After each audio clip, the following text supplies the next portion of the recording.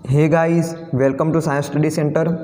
तो आ विडियोनी अंदर आज આપણે સમજીશું ઘન પદાર્થોના વિદ્યુતીય ગુણધર્મો વિશે।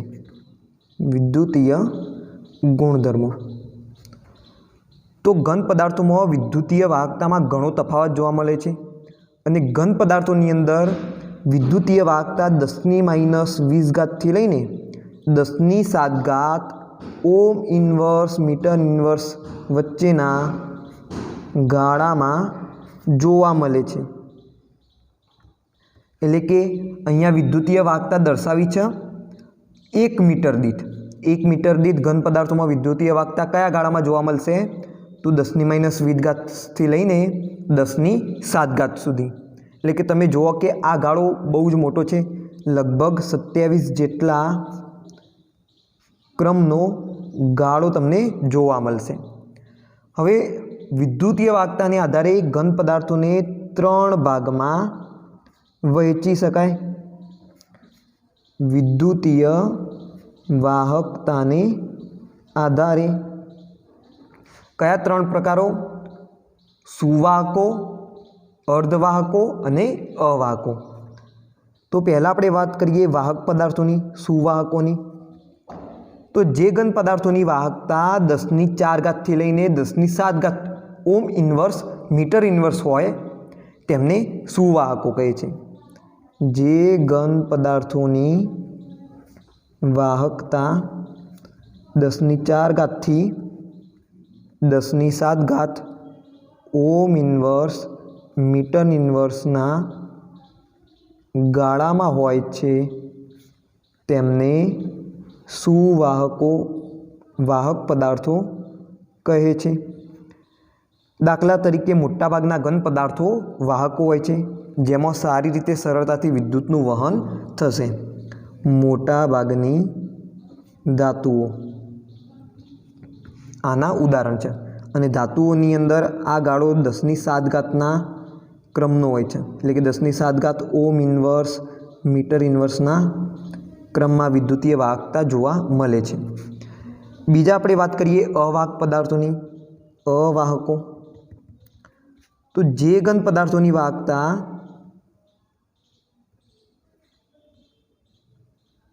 10⁻20 થી 10⁻10 ઓમ ઇન્વર્સ મીટર ઇન્વર્સના ગાળામાં હોય તેમને અવાહકો કહે છે।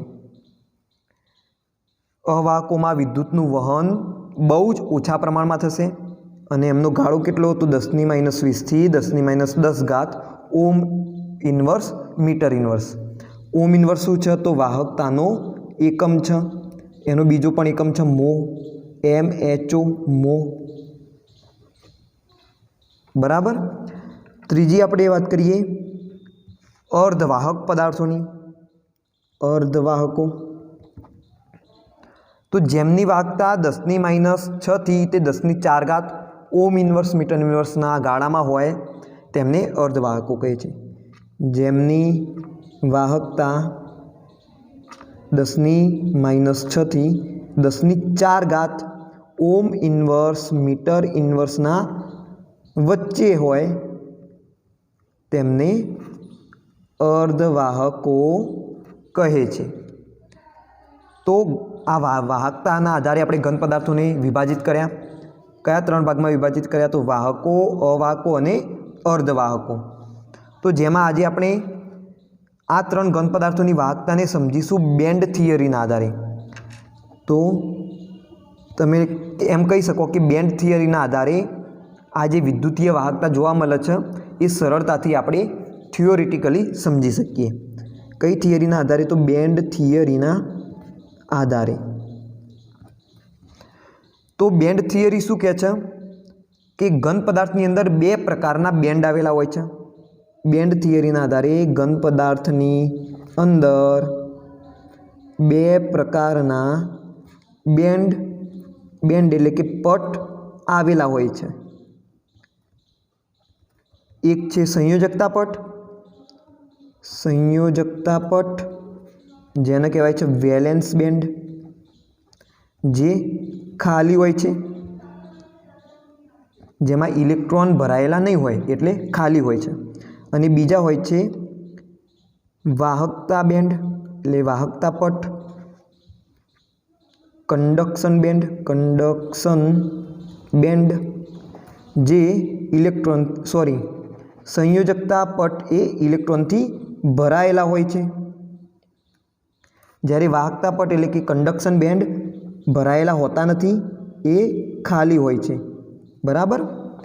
તો બેન્ડ થિયરી શું કહે છે? ઘન પદાર્થની અંદર બે પ્રકારના પટ આવેલા હોય છે, એક તો સંયોજકતા પટ અને બીજા વાહકતા પટ। સંયોજકતા પટ એટલે કે વેલેન્સ બેન્ડ ભરાયેલા હોય છે ઇલેક્ટ્રોનથી, જ્યારે વાહકતા પટ કંડક્શન બેન્ડ ઇલેક્ટ્રોનથી ભરાયેલા હોતા નથી, એ ખાલી પટ છે। હવે સમજીએ કે આ જે પટ બન્યા બે, વાહકતા પટ અને સંયોજકતા પટ, એ કેવી રીતે બન્યા છે ઘન પદાર્થની અંદર? તો જુઓ, ઘન પદાર્થની અંદર પરમાણુવીય કક્ષકો એકબીજાની ખૂબ જ નજીક આવેલી હોય છે। પરમાણવીય કક્ષકો એકબીજાની ખૂબ જ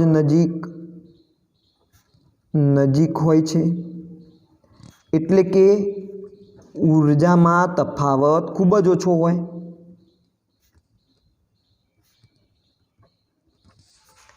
એટલે આવી ઓછી ઊર્જામાં તફાવત ધરાવતી જે પરમાણવીય કક્ષકો હોય તેઓ એકબીજામાં ભળી જાય છે, સંમિશ્રિત થશે, એકબીજામાં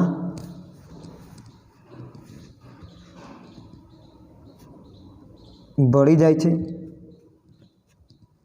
સંમિશ્રિત થઈ જાય છે, અને આણ્વીય કક્ષકોની રચના કરે છે।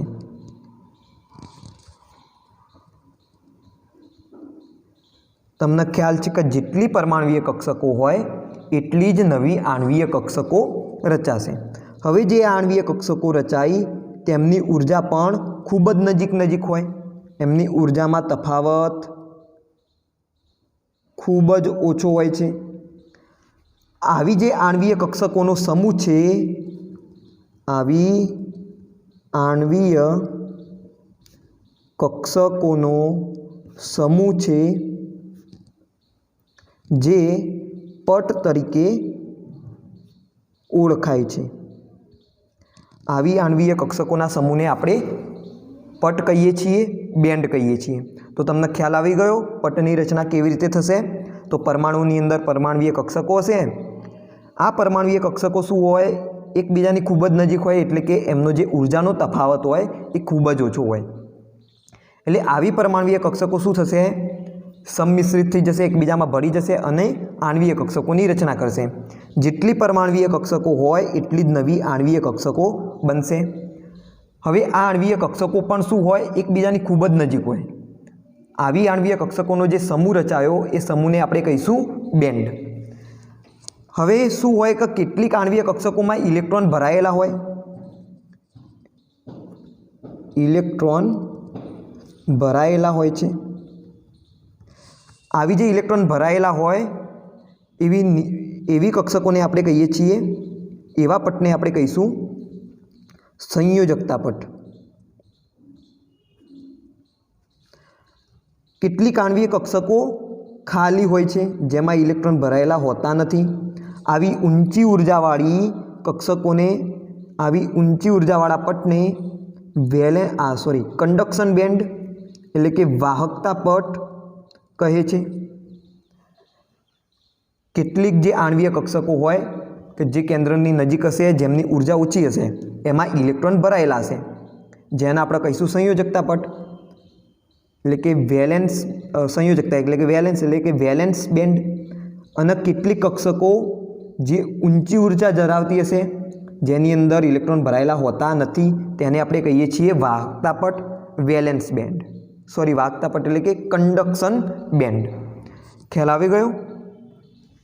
હવે આ સંયોજકતા બેન્ડ અને વેલેન્સ બેન્ડના આધારે આપણે ઘન પદાર્થોને સમજી શકીએ, ત્રણ પ્રકારના ઘન પદાર્થની વાહકતાને સરળતાથી સમજી શકીએ। તો આપણે પહેલાં વાત કરીએ વાહક પદાર્થોની।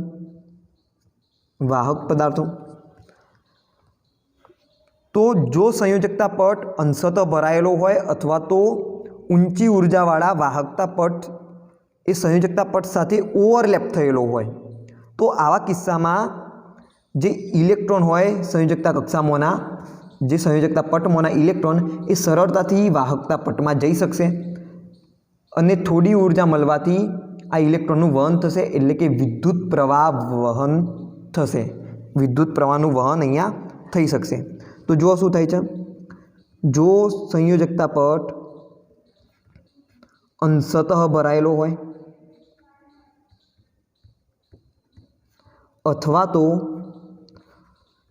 संयोजकता पट साथे वाहकता पट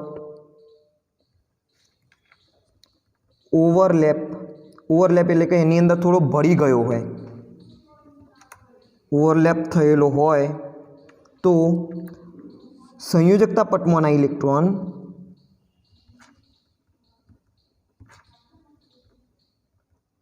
सरळताथी थोड़ी ऊर्जा मेळवता वाहकता पटमां जई शके छे तेथी विद्युतनुं वहन शक्य बने छे। विद्युतनुं वहन थाय छे एटले के तमे आने आकृति द्वारा समझी शको।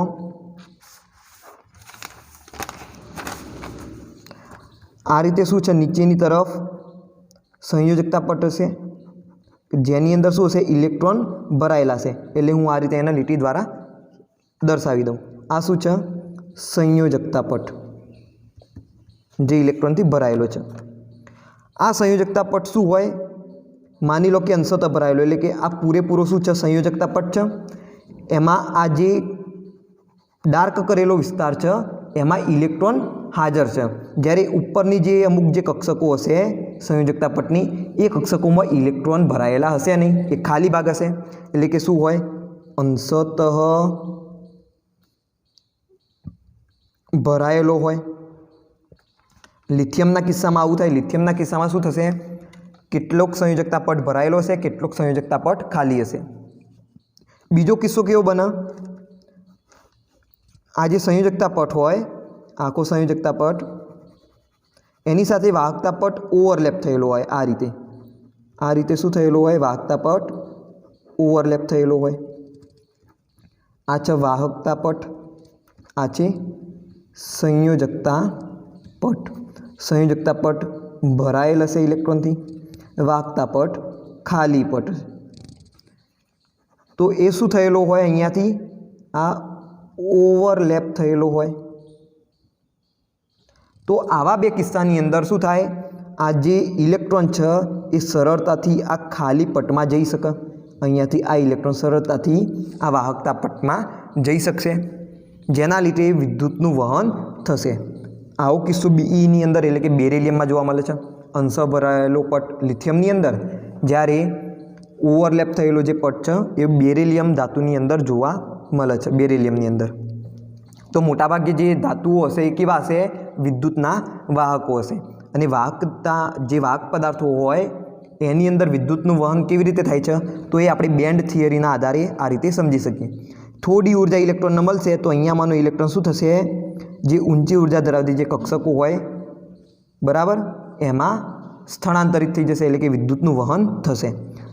अहींया आगळ शुं थशे जे संयोजकता पटमांनो इलेक्ट्रॉन छे एमां थोड़ी ऊर्जा मळता ए वाहकता पटमां स्थळांतरित थशे अने विद्युतनुं वहन शक्य बनशे। तो आ ते वाहक पदार्थोनी वात। एवी ज रीते आपणे बीजी वात करी शकीए अवाहक पदार्थोनी। अवाहक पदार्थो तो जो इलेक्ट्रॉन थी भरायेल संयोजकता पट अने वाहकता पट वच्चेनी गैप जग्या वधारे होय तो इलेक्ट्रॉन सरळताथी वाहकता पटमां जई शकशे नहीं ऊर्जा मळवा छतो एटले आवा किस्सामां विद्युतनुं वहन शक्य बनशे नहीं। जो अवाहकमां शुं थाय आ छे संयोजकता पट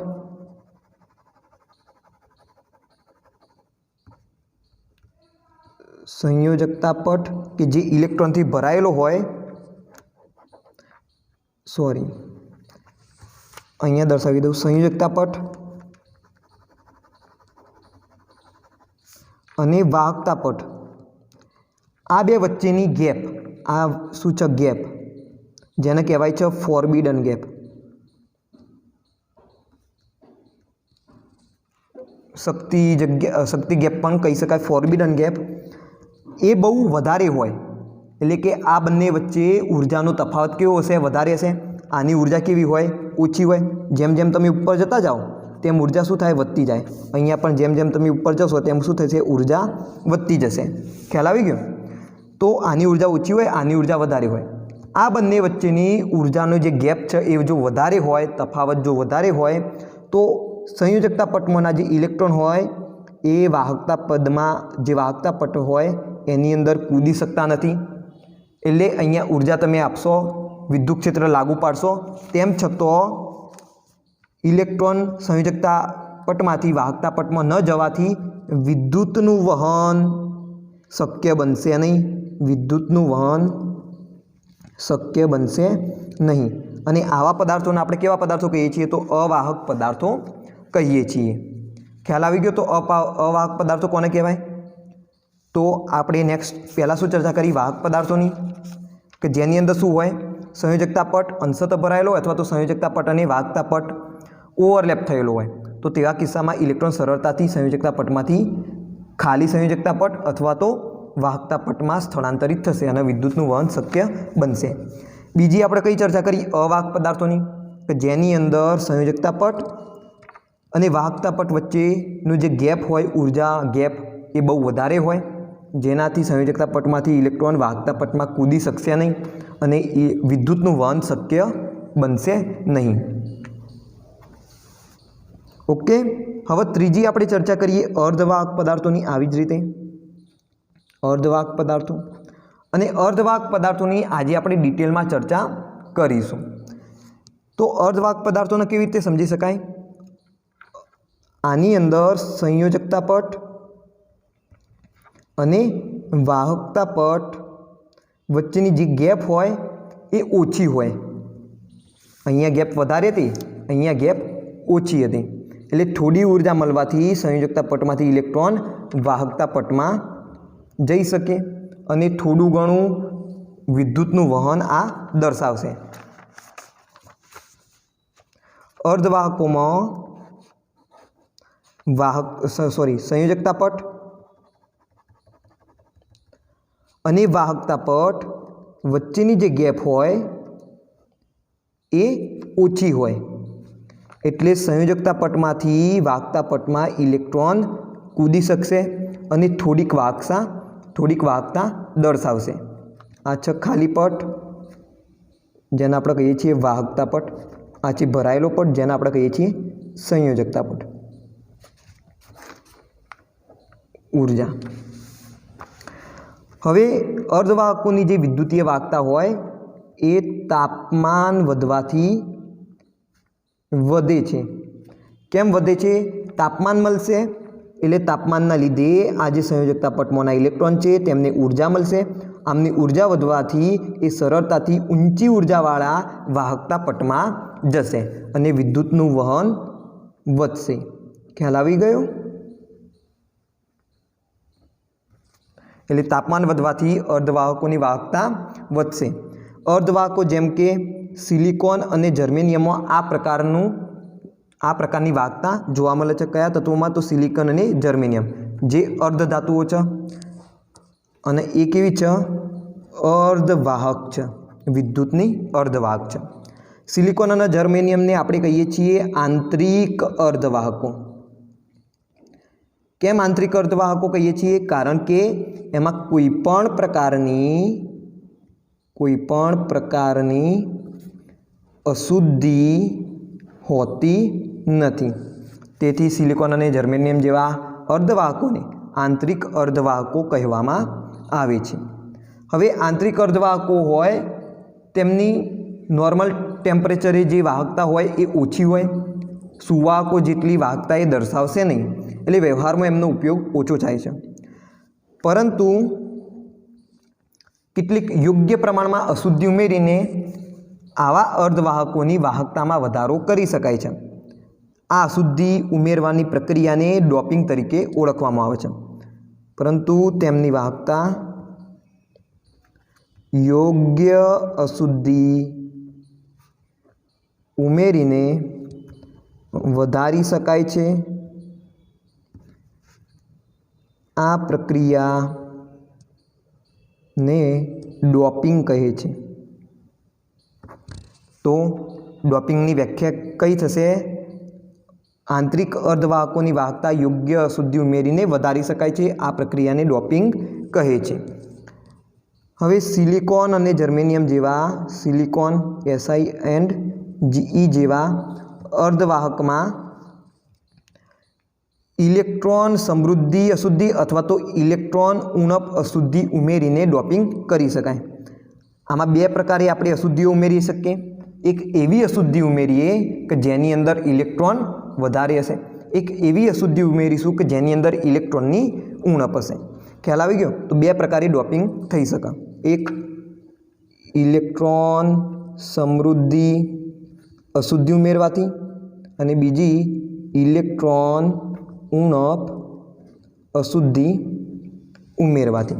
अने आ बे प्रकारनी अशुद्धि उमेरीने આપણે જરૂરી એવા અર્ધવાહકનું નિર્માણ કરી શકીએ ડોપિંગની પ્રક્રિયા દ્વારા। તો હવે આપણે આ બે પ્રકારની ડોપિંગની ક્રિયાઓ જોઈશું અને એના દ્વારા જે નવા બનતા અર્ધવાહકો છે તેની આપણે ચર્ચા કરીશું। તો હવે અહીંયા આગળ જુઓ, આના જ વિશે તમે ફિઝિક્સની અંદર ચેપ્ટર 14માં પણ ભણેલા છો। યાદ કરો, પી પ્રકારના અને એન પ્રકારના અર્ધવાહકો। तो त्या आगळ पण तमे शुं कर्युं हतुं? आवा जे सिलिकॉन अने जर्मेनियम जेवा आंतरिक अर्धवाहको होय तेनी अंदर योग्य अशुद्धि उमेरी अने अशुद्धि उमेरवाथी तमने केवा एन अने पी प्रकारना अर्धवाहको मळ्या। તેમજ તમે આવા જે એન અને પી પ્રકારના અર્ધવાહકોના જે ઉપયોગો છે કે જેનાથી તમે વિવિધ ડાયોડો બનાવો છો, વિવિધ ટ્રાન્ઝિસ્ટર બનાવો છો, બરાબર। પછી એનો જે ગુણધર્મ છે કે ભાઈ ટ્રાન્ઝિસ્ટર શું કરે, ડાયોડ શું કરે, ભાઈ કેટલાક એમ્પ્લિફાય કરે, કેટલાક રેડિયો તરંગોને આપણે નિરીક્ષણ કરવા માટે પણ એનો ઉપયોગ કરીએ છીએ। તો આના વિશે તમે ડિટેલમાં અભ્યાસ શેમાં કર્યો? તો ચેપ્ટર 14માં કરેલો છે। તો તમે સાથે સાથે એનું રિવિઝન કરજો, તો એમાં પણ વધારે સમજ પડશે અને અહીંયા પણ વધારે સમજ તમને પડશે। તો આ ટોપિકની સાથે સાથે તમે ફિઝિક્સનો પણ ટોપિક રિવિઝન કરજો કે ત્યાં આગળ તમને ડિટેલમાં આની ઉપયોગિતા પણ જાણવા મળશે। તો આપણે પહેલી ચર્ચા કરીએ કે જ્યારે ઇલેક્ટ્રોન સમૃદ્ધિ અશુદ્ધિ જો સિલિકોન અને જર્મેનિયમમાં ઉમેરવામાં આવે તો શું થાય છે? પહેલું, ઇલેક્ટ્રોન સમૃદ્ધિ અશુદ્ધિ। તો સિલિકોન અને જર્મેનિયમ એ આવર્ત કોષ્ટકમાં કયા સમૂહમાં આવશે? 14મા સમૂહમાં આવશે। એટલે કે એરા 4 સંયોજકતા ઇલેક્ટ્રોન ધરાવે છે। તો એમના સ્ફટિકનું આપણે જો નિરીક્ષણ કરીએ તો એમના સ્ફટિકમાં પરમાણુઓ 4 સહસંયોજક બંધથી જોડાયેલા હશે, સંયોજક બંધથી જોડાયેલા હશે। હવે આવા સિલિકોન અને જર્મેનિયમ જેવા અર્ધવાહકમાં આપણે ઉમેરીશું 15મા સમૂહની અશુદ્ધિ, એટલે કે 15મા સમૂહના કેટલાક તત્વો આવા પ્રકારના અર્ધવાહકમાં આપણે ઉમેરીશું।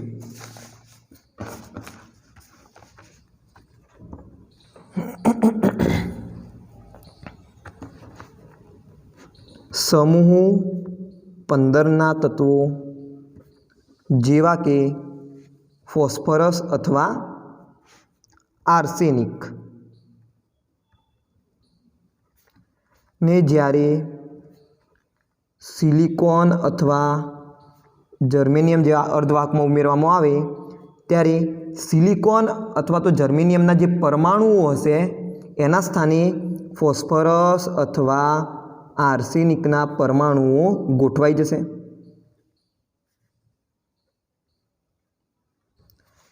બરાબર। હવે જે 15મા સમૂહના તત્વો હોય એમાં સંયોજકતા ઇલેક્ટ્રોન કેટલા હોય? 5 હોય। સંયોજકતા ઇલેક્ટ્રોન 5 છે। હવે 5માંથી 4 ઇલેક્ટ્રોનથી એ પડોશી 4 પરમાણુઓ સાથે સહસંયોજક બંધની રચના કરશે। 5માંથી 4 ઇલેક્ટ્રોન 4 સહસંયોજક બંધ બનાવશે। પરંતુ એક ઇલેક્ટ્રોન વધારાનો પડી રહેશે, એ બંધ કોઈ પણ પ્રકારનો બંધ બનાવશે નહીં. તો આ જે વધારાનો એક ઇલેક્ટ્રોન રહ્યો, આ ઇલેક્ટ્રોન સ્ફટિકની અંદર આમ તેમ ફરી શકે, એ વિસ્થાનીકૃત થઈ શકે, અને આ ઇલેક્ટ્રોનના કારણે સિલિકોન અથવા જર્મેનિયમ જેવી જે અર્ધવાહકો હતા, સિલિકોન અને જર્મેનિયમ જેવા અર્ધવાહકો, તેની અંદર વિદ્યુતીય વાહકતા જોવા મળે છે. વિદ્યુતીય વાહકતામાં વધારો જોવા મળે છે. અહીંયા વિદ્યુતીય વાહકતા કોના લીધે વધી? તો આ મુક્ત ઇલેક્ટ્રોનના લીધે વધી. આ જે ઇલેક્ટ્રોન જે વધારાનો પડી રહ્યો, એ ઇલેક્ટ્રોનના લીધે વિદ્યુતીય વાહકતામાં વધારો જોવા મળ્યો. તેથી આવા અર્ધવાહકોને આપણે N પ્રકારના અર્ધવાહકો કહીએ છીએ. N ફોર નેગેટિવ, બરાબર? કેમ કે અહીંયા ઋણ વીજભારમાં વધારો થયો એમ તમે કહી શકો. એટલે કે આવો જે અર્ધવાહક છે, કેવા પ્રકારનો? N પ્રકારનો અર્ધવાહક થશે. તો અહીંયા તમે શું કર્યું? સિલિકોન અને જર્મેનિયમ જેવો આંતરિક અર્ધવાહક લીધો કે જેની અંદર સમૂહ 15, કે એમાં કયા તત્વો આવશે? ફોસ્ફરસ અને આર્સેનિક જેવા, એની અશુદ્ધિ ઉમેરી. તો સિલિકોન અને જર્મેનિયમના કેટલાક લીટી સ્થાનોએ ફોસ્ફરસ અને આર્સેનિક જેવા પરમાણુઓ ગોઠવાઈ જશે. તમે આને આ રીતે સમજી શકો. આ માની લો કે સિલિકોનનો એક શુદ્ધ અર્ધવાહક છે. આ મેં પરમાણુઓ દર્શાવ્યા સિલિકોનના. સિલિકોનમાં કેટલા સંયોજકતા ઇલેક્ટ્રોન હોય? તો 4 સંયોજકતા ઇલેક્ટ્રોન હોય. આ રીતે એને હું દર્શાવી દઉં. આ રીતે 4 ઇલેક્ટ્રોન. એવી રીતે આના પણ 4 ઇલેક્ટ્રોન આ રીતે હશે. આના પણ 4 ઇલેક્ટ્રોન હશે આ રીતે. આના પણ 4 ઇલેક્ટ્રોન હશે. આના પણ 4 ઇલેક્ટ્રોન હશે. આના પણ શું હશે? આવા 4 ઇલેક્ટ્રોન હશે.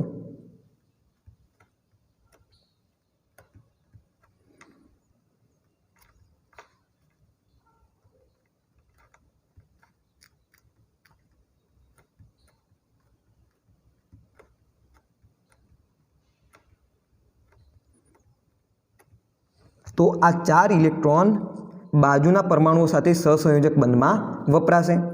ધારો કે આ પરમાણુ લઈએ તો આ પરમાણુનો આ ઇલેક્ટ્રોન આની સાથે બંધ બનાવશે, આ ઇલેક્ટ્રોન આની સાથે બંધ બનાવશે, આ ઇલેક્ટ્રોન આની સાથે બંધ બનાવશે, અને આ ઇલેક્ટ્રોન આ પરમાણુના ઇલેક્ટ્રોન સાથે ચોથો સહસંયોજક બંધ બનાવશે. એટલે તમે જુઓ, સિલિકોનમાં 4 સહસંયોજક બંધની રચના આ રીતે થશે. ખ્યાલ આવી ગયો? હવે આ જે સિલિકોનનો આંતરિક અર્ધવાહક હતો, એની અંદર આપણે 15મા સમૂહની અશુદ્ધિ ઉમેરીએ. આ રીતે જુઓ, અહીંયા સિલિકોનનો પરમાણુ ગોઠવાયેલો જ હશે, જેની અંદર ગમે ત્યાં માની લો કે આ સ્થાને ફોસ્ફરસ આવી ગયો.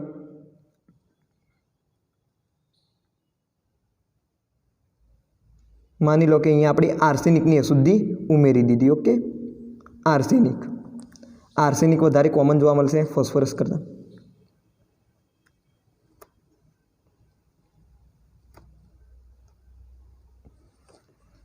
અહીંયા આપણે શું ઉમેરી? આર્સેનિકની અશુદ્ધિ ઉમેરી. હવે આ દરેક જોડે કેટલા? 4 ઇલેક્ટ્રોન હતા સિલિકોનના. તો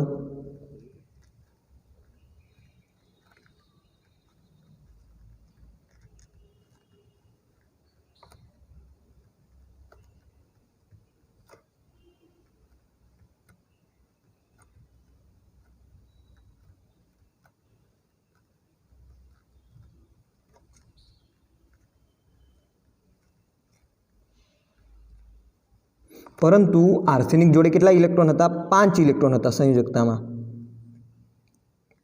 આર્સેનિક 15મા સમૂહનું તત્વ કે જેની સંયોજકતા કક્ષામાં કેટલા? 5 સંયોજકતા ઇલેક્ટ્રોન હશે. 4 દર્શાવી દીધા, અને એક આ ચોથો ઇલેક્ટ્રોન, જેને ડાર્કથી દર્શાવી દઉં આ રીતે. તો જુઓ, આ 4 ઇલેક્ટ્રોન આ 4 બીજા પડોશીના ઇલેક્ટ્રોન સાથે સંયોજાઈને 4 સહસંયોજક બંધ બનાવશે. તો તમે અહીંયા જોશો કે આ જે એક ઇલેક્ટ્રોન છે એ પડી રહ્યો. જુઓ, આ ઇલેક્ટ્રોન વધારાનો સ્ફટિકની અંદર પડી રહ્યો. તો આ આમ તેમ વિસ્થાનીકૃત થતું રહેશે, અને આ ઇલેક્ટ્રોનના કારણે શું થાય? વિદ્યુતીય વાહકતા જોવા મળશે। તો પહેલાં સિલિકોન અને જર્મેનિયમ જેવો અર્ધવાહક હતો એની વિદ્યુતીય વાહકતા ઓછી હતી। જ્યારે આપણે પી પ્રકારનો આપણે જ્યારે ફોસ્ફરસ અથવા તો આર્સેનિક જેવા 15મા સમૂહના તત્વો આની અંદર ઉમેર્યા ત્યારે આની વિદ્યુતીય વાહકતામાં ઇલેક્ટ્રોનના લીધે વધારો જોવા મળ્યો। આવા પ્રકારના અર્ધવાહકને કેવા અર્ધવાહકો કહીએ છીએ? એન પ્રકારના અર્ધવાહકો કહીએ છીએ। તો જુઓ તમે ફિઝિક્સનું પણ આની અંદર કન્ટેન્ટ લખી શકો, તમે ખોટા પડશો નહીં, બરાબર। નેક્સ્ટ આપણે ચર્ચા કરીએ કે જ્યારે ઇલેક્ટ્રોન ઉણપ અશુદ્ધિ ઉમેરવામાં આવે તો શું થાય?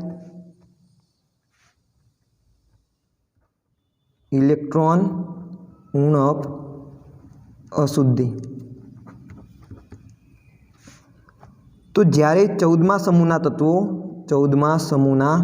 તત્વો કયા? સિલિકોન અને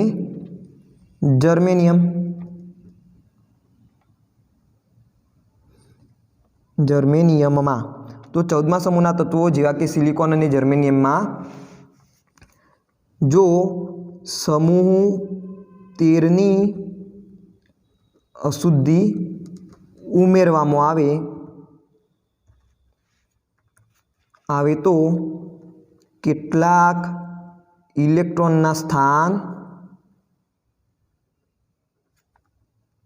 ખાલી જોવા મળે છે। શું થશે? જ્યારે સિલિકોનની અંદર સમૂહ 13ના તત્વો જેવા કે બોરોન, એના પછી થઈ ગયું એલ્યુમિનિયમ, આવા જે તત્વો છે બોરોન, એલ્યુમિનિયમ, પછી ગેલિયમ, આવા જ તત્વોને ઉમેરવામાં આવે તો શું થશે? ઇલેક્ટ્રોનની જગ્યા ખાલી રહેશે।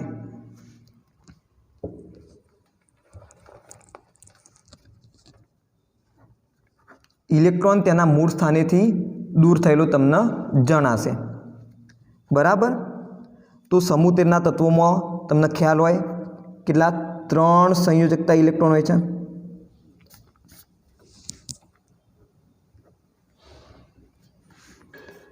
તો આ 3 સંયોજકતા ઇલેક્ટ્રોન પડોશના 3 ઇલેક્ટ્રોન સાથે 3 સહસંયોજક બંધ બનાવશે, પરંતુ પડોશી પરમાણુ જોડે તો 4 સંયોજકતા ઇલેક્ટ્રોન હતા, તો એનો જે ચોથો ઇલેક્ટ્રોન હશે એની જોડે ચોથો સહસંયોજક બંધ બનાવવા માટે આ પરમાણુઓ જોડે કોઈ વધારાનો ઇલેક્ટ્રોન હશે નહીં, તો ત્યાં આગળ શું થઈ જશે?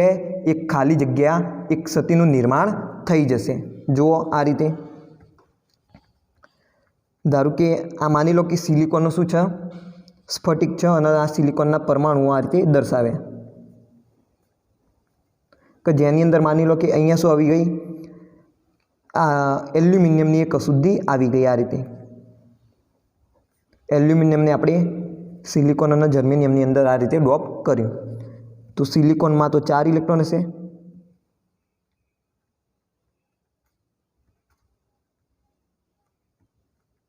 પરંતુ એલ્યુમિનિયમ પાસે માત્ર 3 જ ઇલેક્ટ્રોન હશે, ચોથો ઇલેક્ટ્રોન હશે નહીં।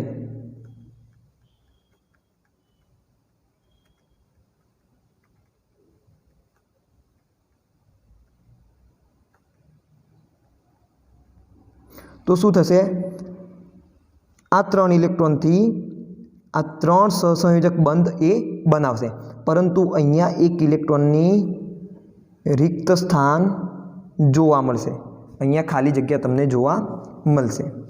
તો આ ખાલી સ્થાનના કારણે આવા જે સિલિકોન અને જર્મેનિયમ જેવા અર્ધવાહકો છે એની અંદર વિદ્યુતીય વાહકતા જોવા મળશે। કઈ રીતે? તો આ ખાલી સ્થાનની જગ્યાએ જે બાજુના પરમાણુનો ઇલેક્ટ્રોન હતો એ ગોઠવાઈ જશે। હવે જ્યારે બાજુના પરમાણુનો ઇલેક્ટ્રોન આ રિક્ત સ્થાનમાં ગોઠવાય છે તો એ બાજુના પરમાણુનો જે ઇલેક્ટ્રોન હતો એના મૂળ સ્થાને નવી ખાલી જગ્યાનું નિર્માણ કરશે, નવું રિક્ત સ્થાન રચશે। એવું જ સિમિલરલી જ્યારે બાજુનો પરમાણુનો ઇલેક્ટ્રોન અહીંયા ગોઠવાય ત્યારે થશે, અહીંયાનો ઇલેક્ટ્રોન આ ખાલી સ્થાને ગોઠવાશે, તરત જ આ ઇલેક્ટ્રોનના મૂળ સ્થાને ખાલી જગ્યા રચાશે।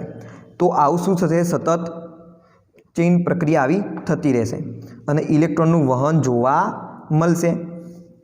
તો જ્યારે તમે વિદ્યુત ક્ષેત્ર પૂરું પાડો ત્યારે ઇલેક્ટ્રોન એ ધન પ્લેટ તરફ ગતિ કરશે, પરંતુ આ જે છિદ્ર છે એ છિદ્ર તમને ઋણ પ્લેટ તરફ ગતિ કરતું જણાશે। એટલે કે તમને એવું લાગશે કે આ છિદ્રની અંદર કોઈ ધન ભાર હાજર છે, કોઈ ધન ભાર હાજર છે એવું તમને નજરે પડશે। જો આ રીતે શું હોય, માની લો કે આ ધન પ્લેટ છે અને માની લો કે અહીંયા તરફ ઋણ પ્લેટ છે અને અહીંયા કોઈ સિલિકોનનો પરમાણુ આ રીતે ગોઠવાયેલો છે અને વચ્ચે માની લો કે કોઈ અશુદ્ધિ આવી ગઈ અહીંયા એલ્યુમિનિયમની, તો અહીંયા આગળ એક છિદ્રની રચના થશે, બરાબર ને। અહીંયા 4 ઇલેક્ટ્રોન આ રીતે હશે ગોઠવાયેલા અને એલ્યુમિનિયમના જોડે આ રીતે 3 પરમાણુ હશે, તો આ શું રચાય, એક ખાલી જગ્યા રચાય। માની લો કે અહીંયાનો જે આ ઇલેક્ટ્રોન હતો સિલિકોનનો, એ માની લો કે આ સ્થાને ગોઠવાઈ ગયો।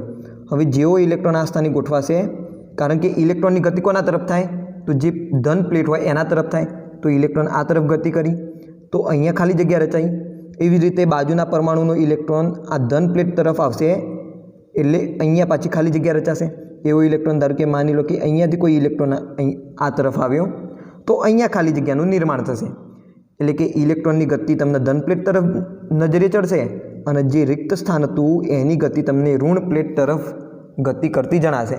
એટલે કે કોઈ ધન વીજભાર આ ઋણ પ્લેટ તરફ ગતિ કરે છે એવું જણાશે। તો આવા પ્રકારના જે અર્ધવાહકો બન્યા, આવા પ્રકારના અર્ધવાહકોને આપણે પી પ્રકારના અર્ધવાહકો કહીએ છીએ। પી ફોર પોઝિટિવ, બરાબર। અહીંયા માની લો કે આ ખાલી જગ્યા રચાઈ એ શું છે, કોઈ ધન વીજભાર છે અને એના લીધે વિદ્યુતીય વાહકતામાં વધારો જોવા મળે છે। તો આવા પ્રકારના અર્ધવાહકોને આપણે પી પ્રકારના અર્ધવાહકો કહીએ છીએ। તો ખ્યાલ આવી ગયો। તો ઇલેક્ટ્રોનોના અશુદ્ધિમાં શું થશે, તો સિલિકોન જર્મેનિયમ જેવા અર્ધવાહકોની અંદર તમે સમૂહ 13ની અશુદ્ધિ ઉમેરશો।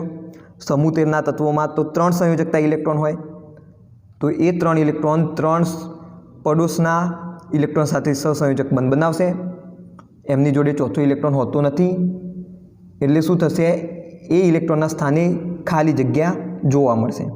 એ ખાલી સ્થાને શું થાય, બાજુના પરમાણુનો ઇલેક્ટ્રોન આવીને ગોઠવાઈ જાય, એટલે એક ખાલી સ્થાન તો ભરાઈ ગયું, પરંતુ જ્યાંથી ઇલેક્ટ્રોન આવ્યો એ ઇલેક્ટ્રોન પોતાના મૂળ સ્થાને ખાલી સ્થાન છોડશે। આવું જ શું થશે, જ્યારે તમે વિદ્યુત ક્ષેત્ર લાગુ પાડશો તો આવી પ્રક્રિયા તમને જોવા મળશે। અને ઇલેક્ટ્રોન ક્યાં તરફ ગતિ કરશે, તો ધન પ્લેટ તરફ, જ્યારે જે છિદ્ર હોય એ ઋણ પ્લેટ તરફ ગતિ કરતું જણાશે, જેમ કે એની અંદર કોઈ ધન વીજભાર હાજર હોય। આવા પ્રકારના જે અર્ધવાહકો છે તેને આપણે કહીએ છીએ પી પ્રકારના અર્ધવાહકો। અને અહીંયા બીજી વસ્તુ કે આવા પ્રકારની જ્યારે અશુદ્ધિ ઉમેરવામાં આવે તો એક ક્ષતિ જોવા મળે છે ઘન પદાર્થની અંદર। પહેલાં સિલિકોન અને જર્મેનિયમ કેવા હોય, શુદ્ધ હોય, ત્યારબાદ તમે અશુદ્ધિ ઉમેરી એટલે આની અંદર શું ઉત્પન્ન થયું, ક્ષતિ ઉત્પન્ન થઈ। આવી ક્ષતિને આપણે કહીએ છીએ ઇલેક્ટ્રોનીય ક્ષતિ। કેવી ક્ષતિ કહીએ છીએ, ઇલેક્ટ્રોનીય ક્ષતિ, બરાબર। આપણે અશુદ્ધિ ક્ષતિની વાત કરી હતી, જેની અંદર શું હોય, NaClની અંદર SrCl2ની અશુદ્ધિ આવી જાય તો ત્યાં આગળ પણ શું થતું હતું, એક Na સ્થાન ખાલી રહી જતું હતું, તો એના લીધે શું થાય, NaClમાં વિદ્યુતીય વાહકતા જોવા મળે છે। આમ ખરેખર ઘન NaCl વિદ્યુતનો અવાહક હોય, પીગલિત NaCl પણ વિદ્યુતનો અવાહક હોય। NaClને જ્યારે તમે પાણીની અંદર ઓગાળો ત્યારે એની અંદર વિદ્યુતીય વાહકતા જોવા મળે છે, પરંતુ ક્યારેક અશુદ્ધિના કારણે શું થાય, NaClમાંથી પણ વિદ્યુતનું વહન શક્ય બને છે। એવી જે ક્ષતિ હોય એને આપણે કેવી ક્ષતિ કહીએ છીએ, તો ઇલેક્ટ્રોનીય ક્ષતિ કહીએ છીએ। તો આવા પી અને એન પ્રકારના અર્ધવાહકો તમે ભણી ગયા હતા, અહીંયા તમારું રિવિઝન પણ થઈ ગયું। અને ઇમ્પોર્ટન્ટ વસ્તુ કે આ જે એન અને પી પ્રકારના અર્ધવાહકો છે એનો તમે ઉપયોગ ક્યાં આગળ કરો છો, તો હવે આપણે ચેક કરીએ એન અને પી પ્રકારના અર્ધવાહકોની ઉપયોગિતા। તો તમને ખ્યાલ હશે કે ભાઈ એન અને પી પ્રકારના અર્ધવાહકોએ ઇલેક્ટ્રોનિક સાધનોની અંદર ઉપયોગમાં લેવાય છે, બરાબર। ઇલેક્ટ્રોનિક્સની અંદર એનો ઉપયોગ થાય છે। જેમ કે એન અને પી પ્રકારના અર્ધવાહકોને આપણે ભેગા કરીએ તો ડાયોડની રચના થાય છે, બરાબર। અને એ ડાયોડ રેક્ટિફાયર તરીકે ઉપયોગી છે, રેક્ટિફાયર તરીકે ઉપયોગી છે। આ ઉપરાંત તમે એન અને પી પ્રકારના ડાયોડનો ઉપયોગ કરીને ટ્રાન્ઝિસ્ટર બનાવી શકો। એનપીએન અને પીએનપી ટ્રાન્ઝિસ્ટર બનાવી શકાય છે। આ ટ્રાન્ઝિસ્ટરનો ઉપયોગ તમે ક્યાં કરો? તો રેડિયો તેમજ જે ઓડિયો સિગ્નલ હોય એને પારખવા, એને એમ્પ્લીફાય કરવા ઉપયોગ થાય છે। રેડિયો અથવા તો ઓડિયો સિગ્નલમાં ઓડિયો સિગ્નલને પારખવા તેમજ એમ્પ્લીફાય કરવા માટે તેનો ઉપયોગ થાય છે। આના સિવાય ક્યાં ઉપયોગ થાય?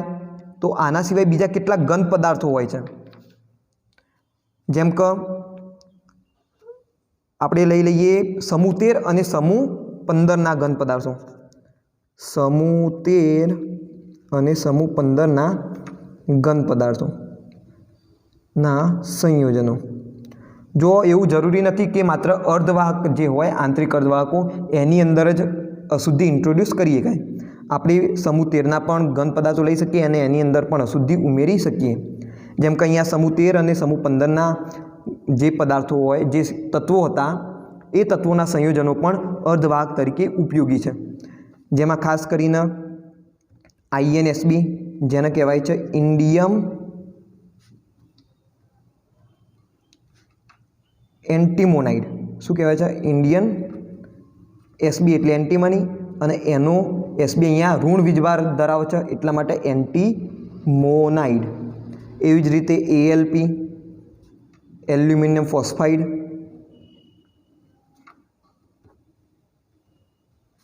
એના પછી છે ગેલિયમ આર્સેનાઇડ। ગેલિયમ આર્સેનાઇડ, તો આ સંયોજનો પણ ઉપયોગી છે।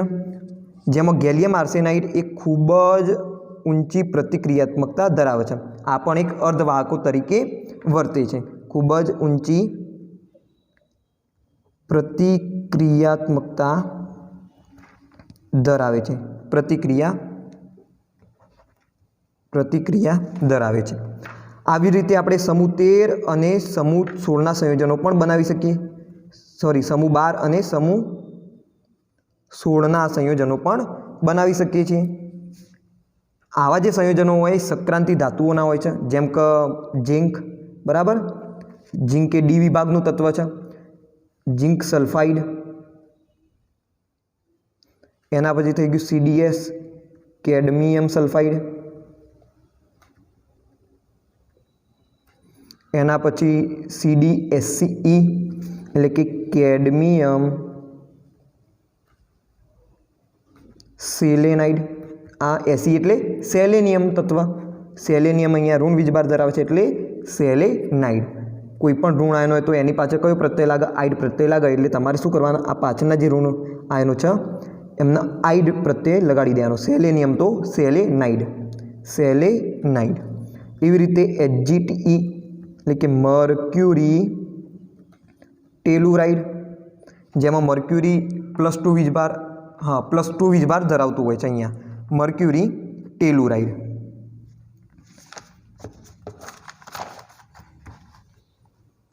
તો આવા જે તત્વો છે એમાં શું હોય છે? સહસંયોજક બંધ એ સંપૂર્ણ સહસંયોજક બંધ હોતો નથી, તેની અંદર થોડુંક આયનીય કેરેક્ટર પણ હાજર હોય છે, એટલે કે આયનીય ગુણધર્મ ધરાવે છે। જો કોઈ પણ બંધ એ 100% સંયોજક પણ ના હોય અને આયનીય બંધ પણ ના હોય, તેની અંદર થોડું ઘણું આયનીય કેરેક્ટર અથવા તો સહસંયોજક કેરેક્ટર પણ જોવા મળતું હોય છે, બરાબર। અને કોના ઉપર આધાર રાખશે? તો વિદ્યુત ઋણતા ઉપર આધાર રાખશે। તમને બેઝિક થોડું નોલેજ હશે કે જો વિદ્યુત ઋણતામાં તફાવત બહુ જ ઓછો હોય તો મોસ્ટ પ્રોબેબલી સહસંયોજક બંધની રચના થતી હોય છે, જ્યારે જો વિદ્યુતીય ઋણતામાં જો તફાવત બહુ જ વધારે હોય તો આયનીય બંધ રચાતો હોય છે। આના સિવાય કેટલીક જે સંક્રાંતીય ધાતુઓ હોય એના ઓક્સાઇડ પણ તાપમાનના તફાવત સાથે વિદ્યુતીય વાહકતા દર્શાવતા હોય છે, જેમ કે TiO એટલે કે ટિટાનિયમ ઓક્સાઇડ, એના પછી CrO2 ક્રોમિયમ ડાયોક્સાઇડ, પછી ReO3 એટલે કે રેનિયમ ટ્રાયોક્સાઇડ, બરાબર. તો આ પણ શું હોય છે, ધાતુની જેમ વર્તા હોય છે. તેમજ કેટલાક આમાંના ઓક્સાઇડ તો ધાતુની જેવા જ દેખાય છે. જેમ કે રેનિયમ ઓક્સાઇડ એ કોપર જેવો હોય છે, એટલે કે કોપરના જેવો એનો દેખાવ પણ હશે અને કોપર જેવી એની વાહકતા પણ જોવા મળે છે. આ ઉપરાંત બીજા પણ કેટલાક છે, જેમ કે VO એટલે કે વેનેડિયમ ઓક્સાઇડ, પછી VO2 VO3 એટલે કે વેનેડિયમના ઓક્સાઇડ, ડાયોક્સાઇડ અને ટ્રાયોક્સાઇડ, એના પછી TiO3 ટિટાનિયમ ટ્રાયોક્સાઇડ. તો આવા જે અર્ધવાહકો હોય એ પણ વાહકતા દર્શાવતા હોય છે, તેમજ અવાહક તરીકે પણ વર્તા હોય છે તાપમાનના ગાળા દરમિયાન. એટલે કે તાપમાન ઉપર આધારિત આ ધાત્વિય અથવા તો અવાહક ગુણધર્મો દર્શાવતા હોય છે. આના સિવાય સોલર સેલમાં પણ તમને ખ્યાલ હશે, સોલર સેલમાં પણ આપણે કોનો ઉપયોગ કરીએ છીએ, તો આ પ્રકારના અર્ધવાહકોનો જ ઉપયોગ કરતા હોઈએ છીએ. આવા જે અર્ધવાહકો હોય તમે ફિઝિક્સની અંદર પણ ભણ્યા હશો, સોલર સેલ.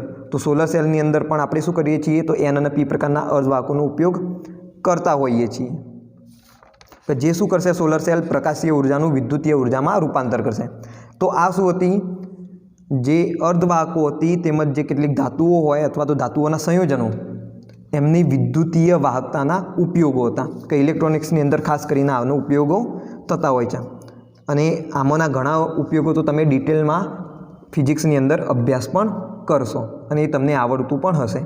તો આ વિડીયોની અંદર માત્ર આટલું જ. નેક્સ્ટ વિડીયોની અંદર આપણે છેલ્લું ટોપિક આનો ચુંબકીય ગુણધર્મો વિશેનો અભ્યાસ કરીશું.